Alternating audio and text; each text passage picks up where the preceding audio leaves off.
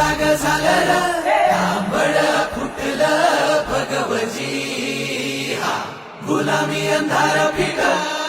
सूर्य उभा